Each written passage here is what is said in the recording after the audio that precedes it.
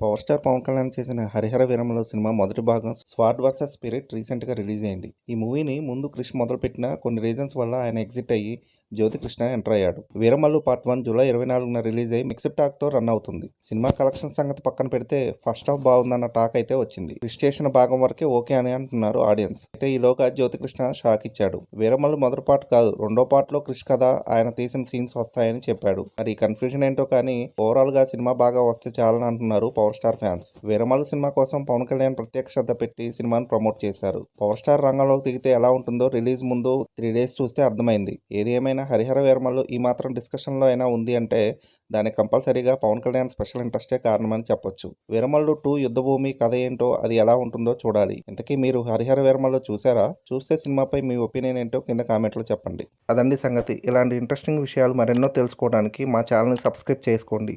మా వీడియోస్కి లైక్ చేసి పక్కనే ఉన్న బెల్ ఐకాన్ క్లిక్ చేయడంతో మా వీడియోస్ మీకు నోటిఫికేషన్ రూపంలో వస్తాయి.